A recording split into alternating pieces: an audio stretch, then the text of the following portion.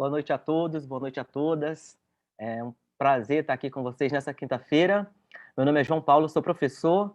E lembrando, se você está chegando aqui a primeira vez, que nós fazemos esse encontro todas as quintas-feiras desde março, desde quando as aulas encerraram por conta da pandemia. A gente faz esses encontros, a VVC, toda quinta de acolhimento para professores de todas as regiões, de todos os estados do Brasil.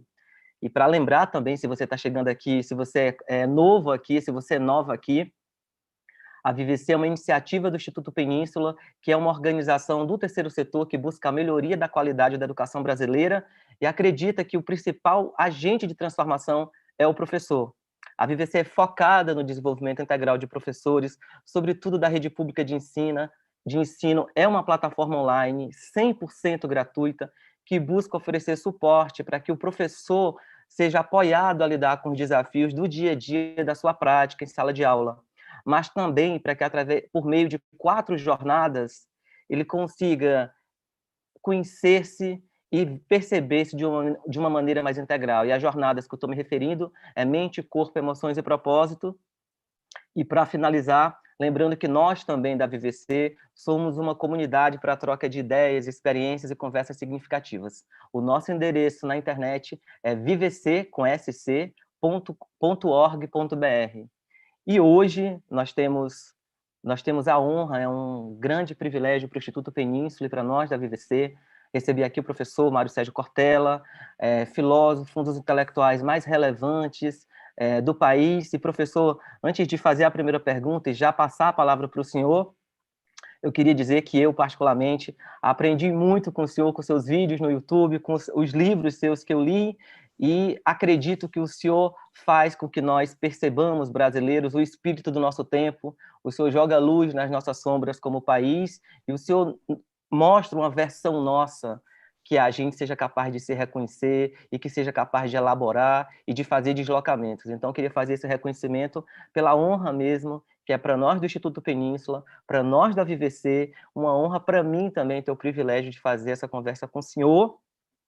E já começo perguntando, e depois o senhor já dá uma saudação para todos os professores, que é, o Instituto Península tem uma área, professor, de pesquisa. A gente faz pesquisa quantitativa, qualitativa, sobre a situação dos professores do Brasil, como eles se sentem, quais são os principais desafios da percepção deles.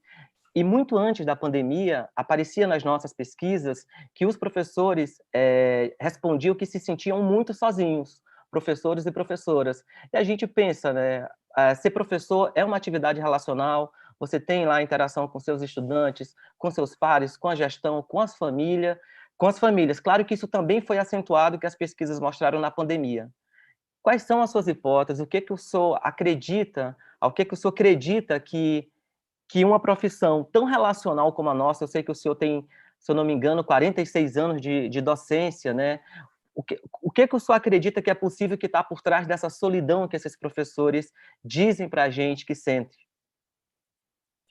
Olha que coisa boa, né? Quando nós imaginamos que a gente se junta para poder refletir, para poder pensar, para poder ganhar energia, ganhar esperança, tudo aquilo que impede que a gente reduza a nossa condição, né, de existência coletiva. Por isso, é preciso, acima de qualquer coisa, que nós nos juntemos, exatamente para que esse vigor que a nossa atividade requer, ele possa ser sedimentado, possa ser acrescido.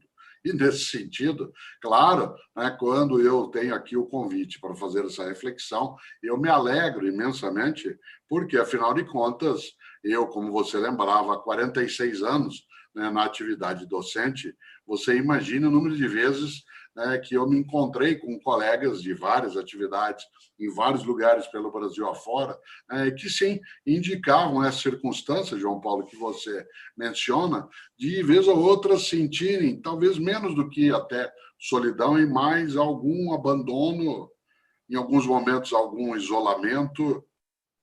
Nessa hora a gente tem de lembrar, e eu gosto de fazê-lo com frequência, né, do grande, o estupendo médico, escritor mineiro Guimarães Rosa.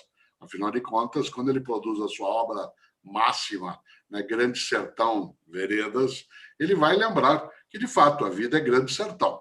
Isto é um tempo, né, e um lugar imenso em que muitas vezes se pode ficar isolada ou isolado dentro dele. A percepção sobre o Grande Sertão é exatamente o de algum abandono, mas tem veredas. Isto é, tem trilhas, tem caminhos, tem lugares.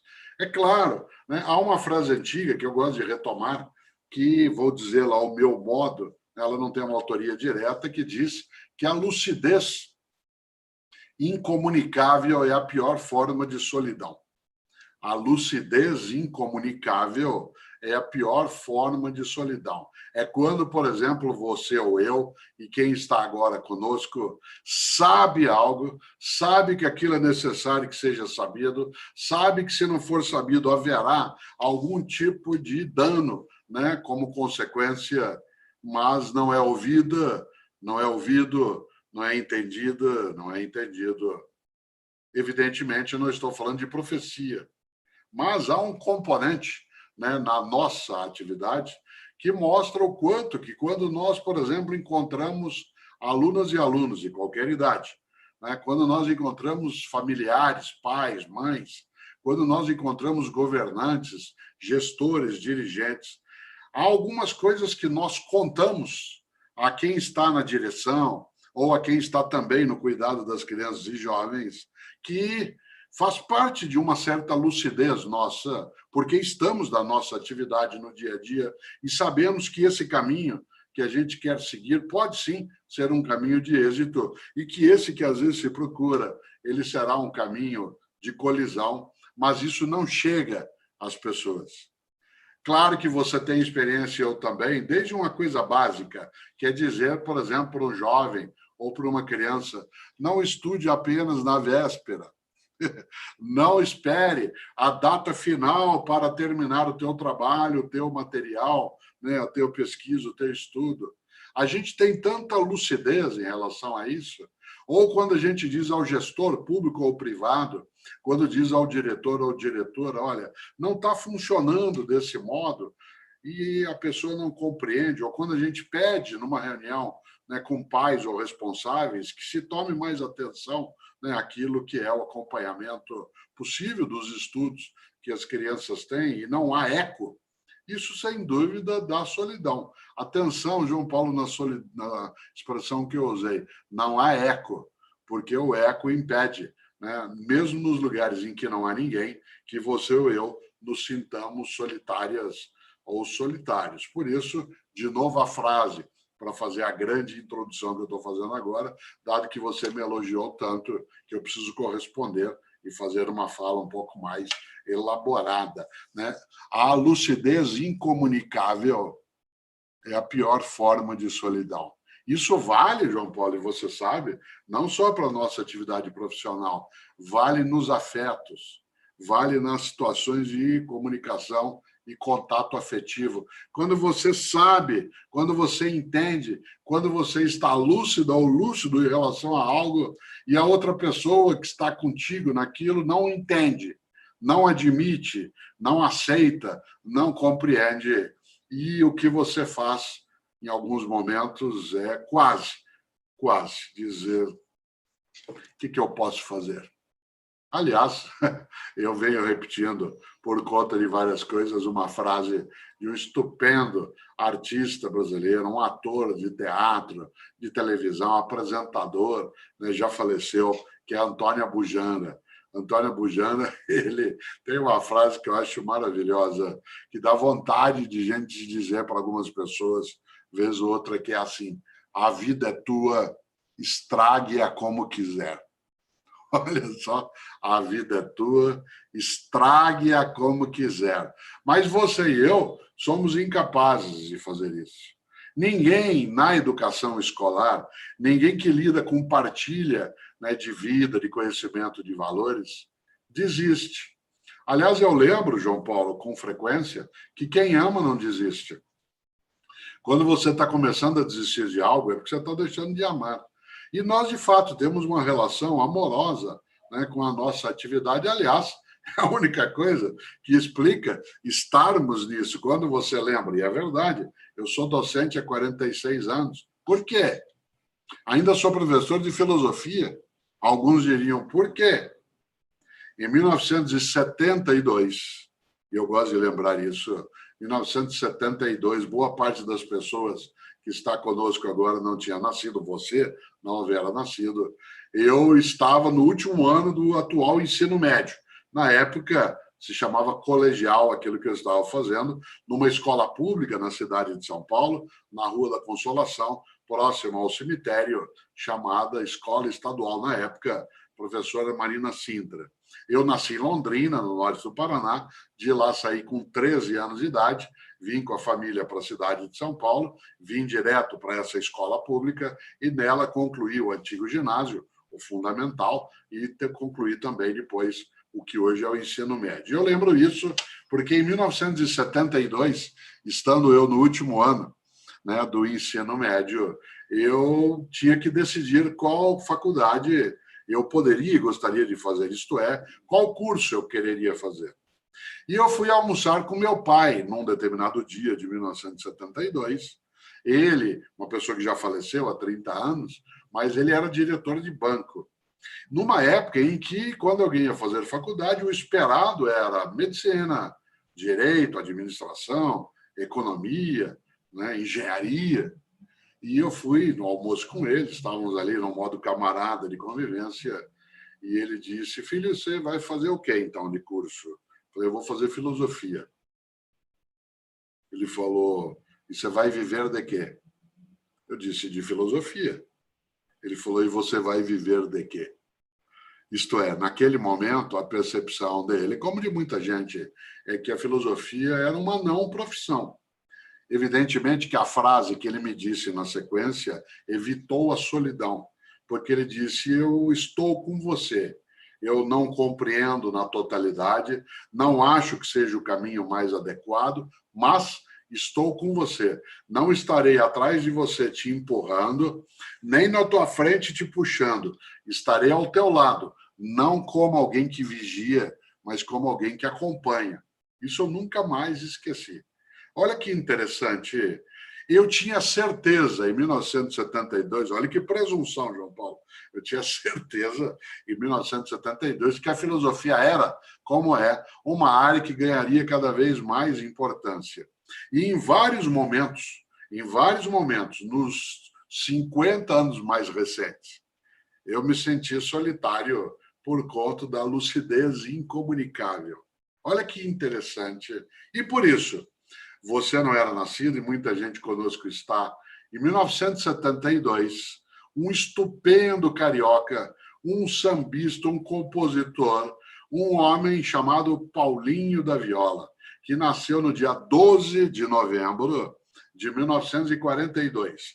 No dia 12 de novembro de 1942, nasceu Paulinho da Viola. Portanto, em 2020, 78 anos de idade de Paulinho da Viola, e em 1972, ele, com 30 anos de idade, lançou um álbum com o título que tem a ver com essa nossa conversa. O álbum se chama, até hoje, e nele tem uma música com o título do álbum, que é A Dança da Solidão.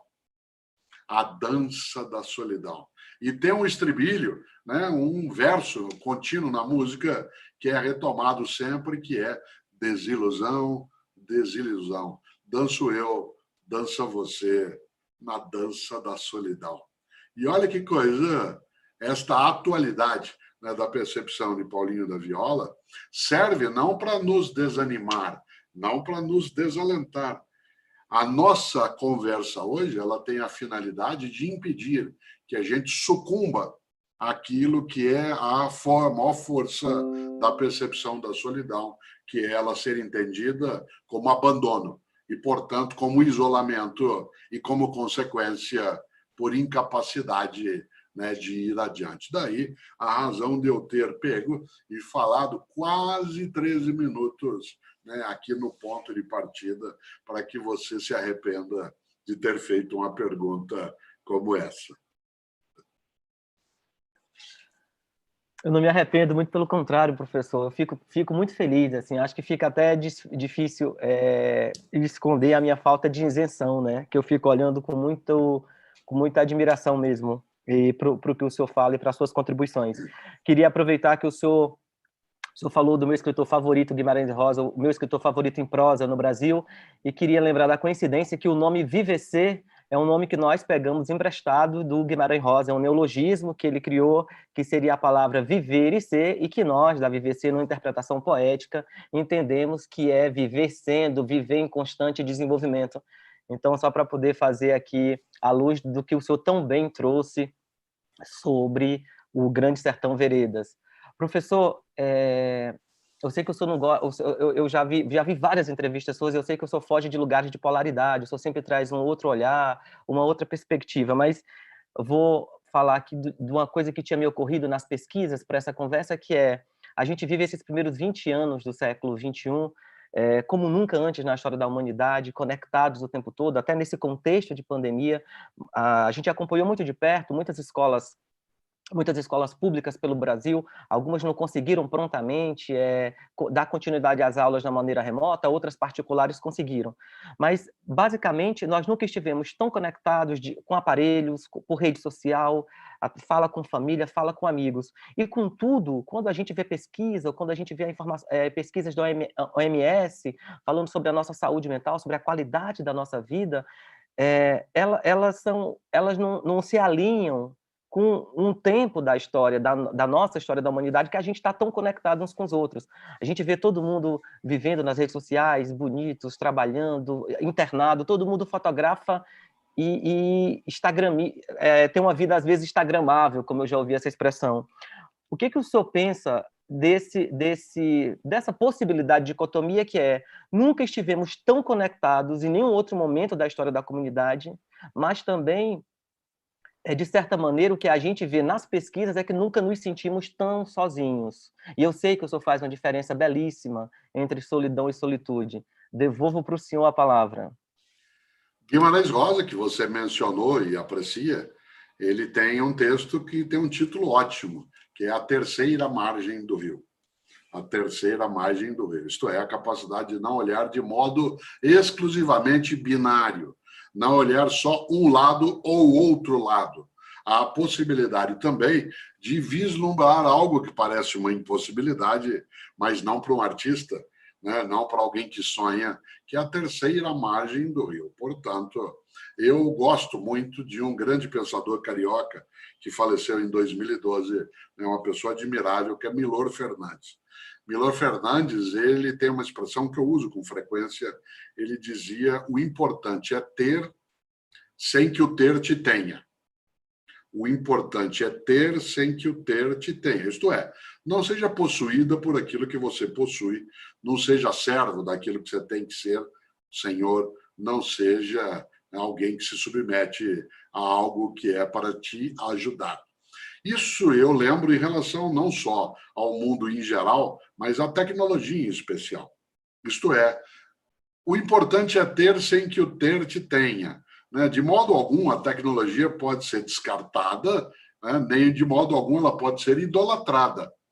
Por exemplo, embora nós estejamos aqui com uma mediação tecnológica de alta potência, embora nós tenhamos conexão aqui no país, com centenas e centenas de pessoas nesse momento, e você e eu estamos em lugares diferentes, estamos ligados nessa situação, ainda assim, o que nós estamos fazendo aqui é uma das coisas mais antigas e que a tecnologia não substituiu, apenas criou uma forma de elevar essa condição, que é uma conversa, que se dá há milhares e milhares de anos, que poderia ser em volta da fogueira, em volta de uma mesa, no banco de uma praça.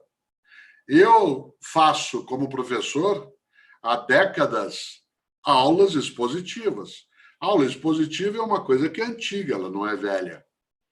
Essa aula expositiva, ela já o foi exclusivamente numa sala de aula, de frente, um quadro, uma lousa, com o uso de giz na mão. Ontem, curiosamente, nós estávamos mexendo, Cláudia, com quem eu sou casado, e mexendo numa caixa no nosso escritório aqui, onde moramos. Eu estou no apartamento que nós moramos em São Paulo, e ali havia algo que ela nunca tinha visto, porque não é a atividade dela, a educação escolar. Ela é gestora e diretora de teatro, e ela nunca tinha visto algo que parecia, né, um suporte para uma borracha maior, para eu apagar coisa. Ela falou, nossa, outro dia você me pediu uma borracha, mas você tem essa. E ela apertou um pouco e não saiu nada dali de dentro. Eu falei, é que você não conhece isso, sabe o que é? Isso aqui é para segurar um giz. Falou, como assim? Eu falei que muitos de nós, na educação escolar, nós utilizamos giz para escrever em lousa há muito tempo, e isso produz algum dano, inclusive alergia ou desgaste com o tempo. Né? Isso faz com que, por exemplo, eu que estou há muito tempo na docência e gosto do giz, porque eu acho que o giz é a extensão da nossa boca, né? Eu até hoje tenho dificuldade quando a gente vai abrir um saco desses de embalagem para freezer, em que ele vem grudadinho, ou a sacola do supermercado, quando nos entrega a sacolinha, a gente precisa abrir. Eu tenho dificuldade, porque a ponta dos meus dedos, ela é deglutida durante décadas, né, por um pouco do giz. E por que eu estou contando isso? Porque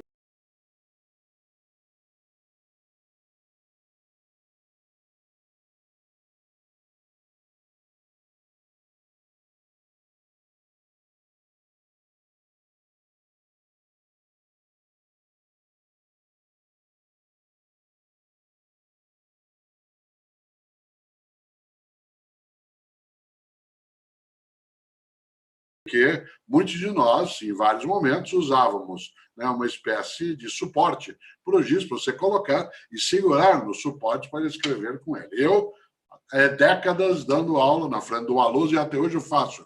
Depois pude utilizar também, eventualmente, retroprojetor, escrevendo na lâmina transparente, ou depois projetando, usando PowerPoint, Datashow, seja o que for, ou não.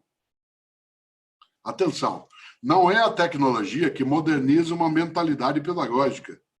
É que uma mente pedagógica moderna não descarta a tecnologia quando ela é necessária. Digo de novo, não é a tecnologia que torna moderna uma cabeça. É que uma cabeça moderna não dispensa tecnologia quando ela é necessária. E ela não é necessária o tempo todo.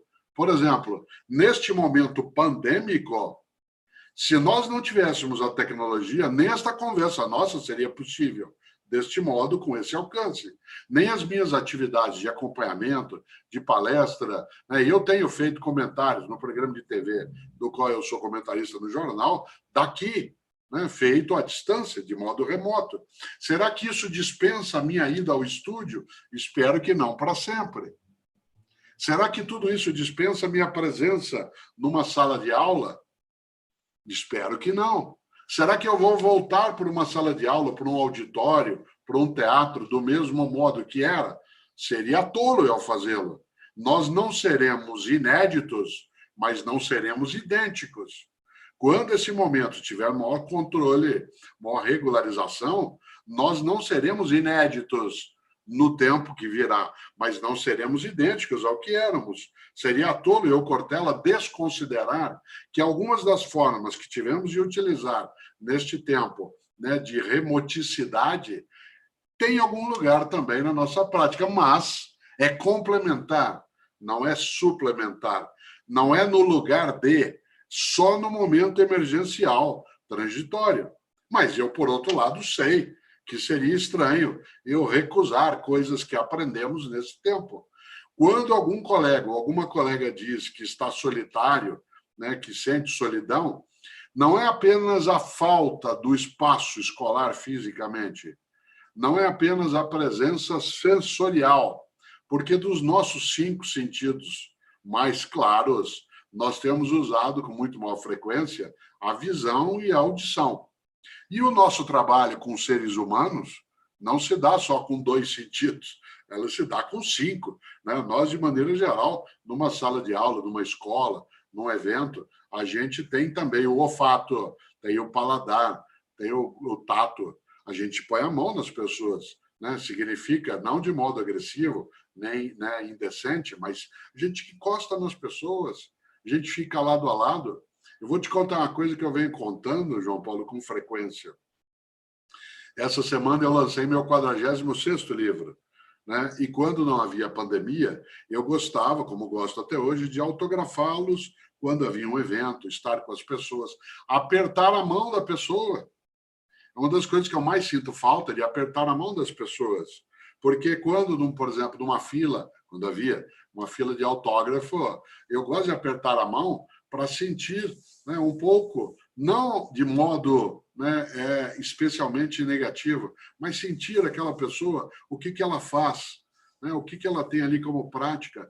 Várias vezes na minha carreira, ao autografar, digamos, o livro e apertar a mão da pessoa, mesmo quando eu não tinha o livro, eu sentia calosidades mais profundas de serem pessoas que tinham um trabalho manual. Nunca me esqueço, há 5 anos, no interior de Santa Catarina, no oeste catarinense, que ao apertar, após uma palestra, a mão de uma senhora que veio em busca de um autógrafo, eu senti que ela tinha uma calosidade forte.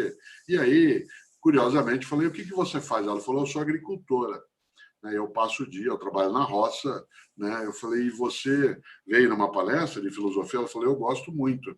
No tempo que me sobra à noite, né? Eu durmo cedo, disse ela, porque acordo muito cedo, né? Eu fico lendo livros de filosofia.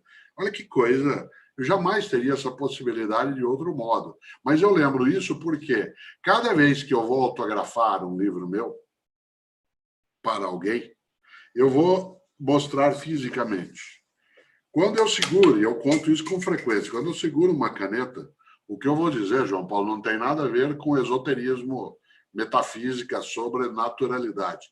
Mas eu sinto na minha mão a mão da dona Mercedes, que foi a professora que me alfabetizou em Londrina no ano de 1960. Eu sinto a mão dela na minha mão. Insisto, não é esotérico isso. É porque ela, por várias vezes, segurou a minha mão para que eu pudesse aprender a fazer naquilo que era um caderno de caligrafia, os movimentos para a construção das letras, das palavras. Por isso, eu sinto a mão da dona Mercedes na minha mão. E eu sinto também a mão de dezenas e dezenas de professoras e professores que encostaram em mim, debruçaram para poder me ajudar a fazer alguma coisa, né? Foram capazes de, no movimento, no corredor da escola, me dar de leve um tapinha no ombro, dizendo, e aí, Mário Sérgio, que é como eu era chamado na escola, e aí, Mário Sérgio, como você está? Né? Esse tipo de proximidade, ela marca uma condição que é imaginar, e aí eu concluo, que a tecnologia ela não é substitutiva, ela é complementar. O meu primeiro livro foi publicado em 1988, e ele foi escrito com máquina de datilografia. A primeira forma de ensino à distância, João Paulo, foi o livro. Mesmo que fosse em papiro, mesmo que fosse em pergaminho, mesmo que seja em papel ou digital, a primeira forma de ensino à distância foi o livro. Quando a cultura oral, exclusivamente oral, ela passou a ter a possibilidade de ser registrada, de eu levar os pensamentos também, de eu fazer anotações, nós ganhamos, né, um tempo imenso em relação à nossa condição. Por isso, quando você diz, ora, né, a tecnologia, ela cria tanta possibilidade de conexão, mas não necessariamente ela nos torna uma comunidade de vida. Mas essa não é uma questão da tecnologia. Essa é uma questão do uso que a gente faz. E aí vem uma coisa curiosa. Se nós inventamos o uso da tecnologia desse modo, nós podemos desinventá-lo. Não foram seres de outros planetas que vieram e disseram assim, olha, humanos e humanas, vocês vão usar desse modo. E assim será. E vocês obedeçam. Não. A tecnologia é fruto da nossa inventividade. E o modo de uso dela pode ser desinventado no caminho que está e inventado de um outro modo. Tal como nós fazemos isso. Tal como em sala de aula se pode fazer várias maneiras. Aliás, o último exemplo usando essa caneta que está na minha mão. Suponha que, em vez de ser uma caneta, fosse uma faca. Eu dou esse exemplo com frequência. E você, João Paulo, nós estamos lado a lado em algum lugar, e não assim só conectados digitalmente. Nós estamos lado a lado e eu tenho uma faca em mãos e você tem uma maçã para pegar um símbolo antigo, né, do mundo do magistério. Você acaba de ganhar uma maçã e eu tenho uma faca. Eu posso usar a faca para repartir a maçã e nós dois aproveitamos, ou eu posso usar a faca para tomar a maçã de você, fazer com que você entregue a maçã para mim, fazer com que você fique sem ela. É óbvio que o problema não está na faca. Essa faca serve para repartir, como serve também para ameaçar. O mesmo vale para outras coisas. Sem essa tecnologia, eu não conseguiria fazer o que estou fazendo. Mas atenção, eu não me satisfaço só com isso. E eu sei que esse é um momento transitório. Eu sei que eu não deixarei de buscar outras maneiras, assim como centenas de colegas nossos, em vários lugares do Brasil, que sabem que seus alunos não têm conexão tecnológica, não têm plataformas de acesso, não desistiram. Pegaram, e eu sei, você sabe, cavalo, moto, bicicleta, e passaram, desde março, nas casas, entregando tarefa, fazendo à noite ali, usando uma coisa antiga, que eu não sei se chegou a usar, mimeógrafo ainda, álcool ou a tinta para imprimir coisas. A gente não desiste. É claro que a tecnologia favorece, aliás, o que nós queremos é que todas as pessoas tenham acesso a uma tecnologia de qualidade para que elas possam fazer aquilo que é necessário fazê-lo. Mas ela é complementar, ela não é suplementar. Por último, você vê que cada pergunta que você faz, eu dou um passeio longo, vou do Paraná ao Acre, né, do Acre ao Paraná, é muita volta, mas olha só, cautela. Nós temos como docentes, educadoras e educadores, nós temos de ter clareza que nem informatofobia, que é o pânico do mundo digital, e nem informatolatria, que é a adoração do mundo digital. Nesse sentido, concluo, se a gente inventou, a gente desinventa. A nossa consciência sobre isso já permite lidar de outro modo. O fato de você colocar essa questão e o fato disso estar nos incomodando já é um começo. Para terminar, citando de novo o teu Guimarães Rosa, passarinho agachou, voo está pronto. Olha só, passarinho agachou, o voo está pronto. E nós demos uma agachadinha no mundo, olhando que a gente tem que usar a faca mais para repartir a maçã do que para dominar outra pessoa. O professor, ouvindo o senhor, como deve... Vou já falar aqui nos comentários que chegaram rapidinho no nosso chat, mas como deve ser um privilégio, imagina ser seu amigo, hein? Tá um dia querendo falar com um amigo legal sobre a vida, liga para o senhor, fala com o senhor, deve ser um nirvana, assim. Não tem nada a ver com o nosso assunto. Vou te contar uma coisa, viu? A melhor maneira de perder um ídolo é conviver com ele. Tá a bom. melhor maneira de você perder a admiração por uma pessoa é estar com ela muito tempo, porque você vai notando nela, né, aquilo que é a humanidade, né, que cada pessoa tem. Aliás, como lembrava o Fernando Pessoa, por seu heterônimo Álvaro de Campos, nunca conheci, né, quem tivesse levado porrada na vida, né? Então, tem gente que até... A ideia é boa, o afago é bom, quando você diz seria bom, o afago é muito bom. E só para sofisticar, né, a minha resposta, porque eu preciso parecer inteligente, dado que assim se elogiou no início, o grande Aristóteles disse que a amizade são dois corpos com uma única alma. Dois corpos com uma única alma. Olha que definição bonita. A ideia de amizade, aquilo que nos conecta, aquilo que é afeto, aquilo que nos afeta, aquilo que no grego antigo é philos, e por isso filosofia, né? A amizade pelo saber, pelo conhecimento, que é uma coisa boa demais, né, João Paulo? É incrível, professor, isso me inspira e inspira todos nós também da VVC. Eu quero falar para o senhor que tem chegado muitos comentários, tanto pelo YouTube da VVC como no Facebook. Eu quero aproveitar para você que está no Facebook e no YouTube e agradecer em nome de toda a equipe VVC, da Instituto Península, a sua presença aí. Lembrando para você que o endereço da nossa plataforma é vvc.org.br. E, professor, tem chegado os comentários, por exemplo... pedindo, tem uma pergunta aqui que eu vou já fazer, mas tem chegado comentários no chat, pedindo para o senhor ser ministro da Educação, e muitos professores aqui dizendo que usaram a caixinha do giz, que usaram aquela caixinha que o senhor falou, o porta-giz. A pergunta que eu tenho para o senhor é a ideia ainda que o senhor trouxe logo na abertura que me atravessou e me tocou muito, que é o seguinte: o senhor, professor, disse que a lucidez incomunicável é a pior forma de solidão. E aí a minha pergunta é: lucidez vem de autoconhecimento? Lucidez comunicável vem do... por exemplo, esse tempo de hiperconexão dificulta o processo de autoconhecimento? E, na sua opinião, em que medida o autoconhecimento é importante na profissão de professor? Olha, o autoconhecimento ele é decisivo para a gente fazer o que faz. Eu estou me ajeitando aqui na cadeira, né? O autoconhecimento ele é decisivo porque, se nós lidamos com conhecimento, o ponto de partida tem de ser o autoconhecimento, né? Se eu não sei sobre mim, como é que quero também saber sobre outras coisas? E, pior ainda, fazer com que outras pessoas saibam. É preciso, sim, que eu seja capaz daquilo que, né, o grande Sócrates dizia: conhece-te a ti mesmo. Conhece-te a ti mesmo. Evidentemente que há risco em conhecer-se. A ideia de olhar para dentro de si traz uma dificuldade. Você pode não gostar do que encontra, né? Você pode ter dificuldade. O Nietzsche, ele usa uma expressão muito forte ali no Para Além do Bem e do Mal, logo no início. Quando você olha fortemente para o abismo, ele olha de volta para você. Quando você olha para o abismo, ele olha de volta para você. E eu, Cortella, preciso cuidado, porque eu preciso estar preparado quando procuro o autoconhecimento com o que eu vou encontrar.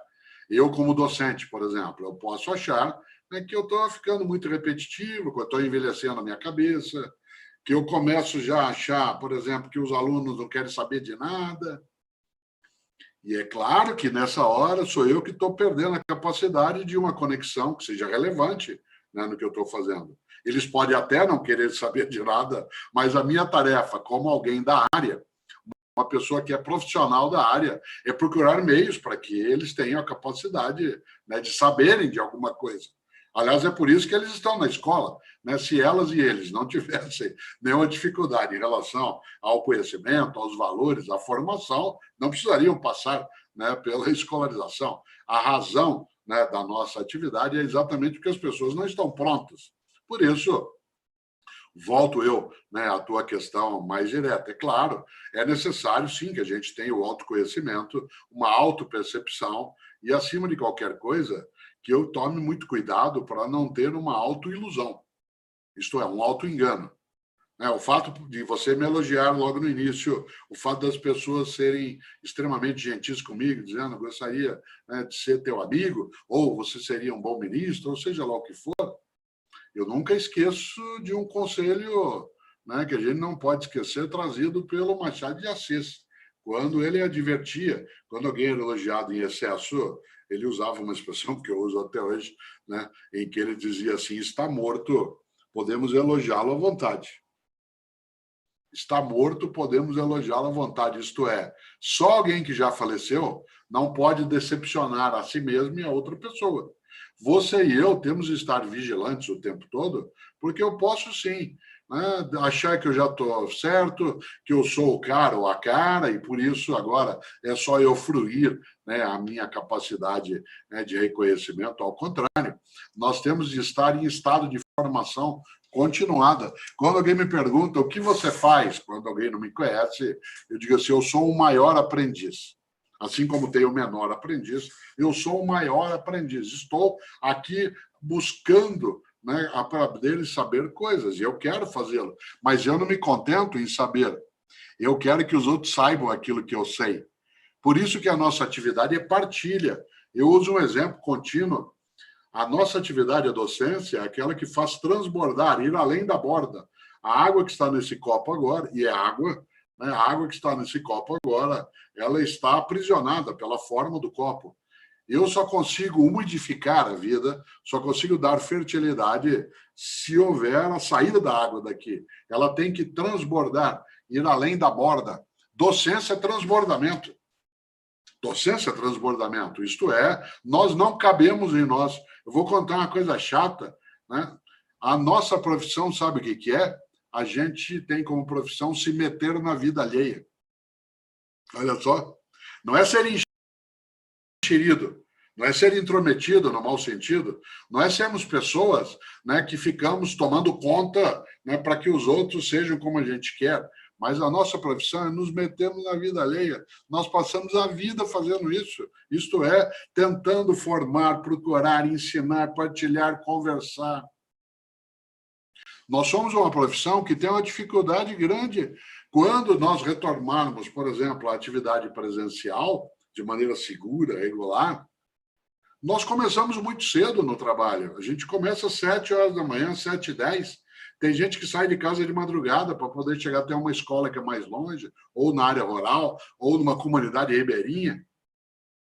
E nós terminamos tarde a nossa atividade. Durante 20 anos, eu terminava de trabalhar às 11 da noite. Isto é, dava aula de manhã e dava aula à noite. Ia para casa, chegava em casa 00:30. Eu não estou falando de sofrimento, porque eu sempre ensinei no ensino superior, mas ainda assim, né, mesmo com uma condição melhor, chegava em casa 00:30, ia comer alguma coisa, no outro dia levantava às 5 da manhã, ia para a e faz isso, olha que coisa maluca, 10, 20, 30, 40 anos, aposenta e volta, porque a gente não consegue, não nos metemos na vida alheia, mas não para dela tomar conta, mas para impedir, né, que essa vida que está em nós e está em outras pessoas, que ela perca vigorosidade, que ela perca substância. Por isso a gente gosta, né, de cuidar de vida. E é claro, temos que começar, obviamente, por cuidar da nossa. Né? Não que eu fique olhando só para a minha, mas eu não ter essa percepção, aí é algo bem difícil, é algo bem encrencado, que a gente não pode, de modo algum, lateralizar. Professor, a gente está chegando aqui nos nossos minutos finais, 3 minutos de live. A aula noturna dura menos, não é isso? A aula noturna dura menos, faltam 3 minutos. Quero deixar esse espaço para o senhor fazer as suas considerações finais sobre o nosso tema, mas quero 30 segundos dizer, reforçar para o senhor mesmo da honra e da alegria para nós, da VVC e do Instituto Península, conseguir conversar com o senhor hoje. Saiba que isso é muito significativo para a gente. Aquilo que eu falei lá, eu vou retomar para o senhor. Durante a minha adolescência, era olhando muito dos seus vídeos na internet que eu modelava a minha própria capacidade de olhar e de interpretar o mundo, não como uma coisa dada ou pronta, mas me convidando a fazer um deslocamento sobre outros vieses e sobre outras possibilidades de interpretação. Então, devolvo para o senhor agora, para o senhor fazer as suas considerações finais, e saiba que tem chegado muita declaração de carinho para o senhor aqui no chat, muita gente mandando um beijo, dizendo que é sua fã de vários lugares do Brasil. A palavra está com o senhor tem 2 minutos até o nosso tempo final. Vou usá-lo com alegria, olha só, que coisa boa. Desde que essa pandemia se iniciou, todas as vezes que alguém me diz eu estou triste, eu estou desanimada, eu estou agoniado, eu estou sufocada, né, eu estou aperreado, seja lá o que for, eu uso uma frase e eu queria retomá-la aqui agora. A única forma de saída para a angústia é a ação. A ação que procura, a ação que auxilia, a ação que aproveita o tempo que tem para melhorar aquilo que faz e aquilo que precisará fazer melhor no outro tempo. Mas a frase que eu mais uso é de um filósofo norte-americano, nascido em 1803, no início do século XIX, um homem chamado Ralph Waldo Emerson. Ele tem uma frase muito forte em que ele diz: torna-te necessário a alguém. Torna-te necessária a alguém. A única maneira de nós rompermos a solidão, quando ela vem, é nós nos tornarmos necessárias e necessários. Isto é, não desperdiçar a vida, nem o tempo de vida, tornar-se necessária, tornar-se necessária. E, é claro, sermos capazes, em larga escala, de construir aquilo que Paulo Freire chamava de inédito viável. O inédito viável, aquilo que ainda não é, e por isso é inédito, mas pode ser, e por isso é viável. Do que é que isso depende? Não só da nossa vontade, mas ela é o ponto de partida. Afinal, né, como a gente gosta sempre, e retomando de novo, o Guimarães Rosa, passarinho agachou, o voo está pronto. Por isso, a gente tem que ter um voo longo, bonito, junto, de maneira que no dia que nós tivermos o tempo de fim da nossa trajetória, que a gente pense, que bom, que bom. Não me acovardei, não desisti, não deixei de lado e continuei transbordando, transbordando, transbordando. Quem ama não desiste. Obrigado, João Paulo. Obrigado a todas e todos. Cada ilusão, a força dos meus sonhos é tão forte que de tudo renasce a exaltação. E as minhas mãos nunca estão vazias. Que as suas mãos, professor, que é de um ser humano que eu admiro tanto, a mão de todos os professores, as nossas mãos nunca fiquem vazias, ficam cheias de esperança, de capacidade de mudar a nossa vida diariamente. Um beijo para todos vocês. O Instituto Península VVC agradece imensamente a presença de todos vocês. Até quinta-feira que vem, às 19 horas. Foi um privilégio estar aqui com todos vocês. Muito obrigado.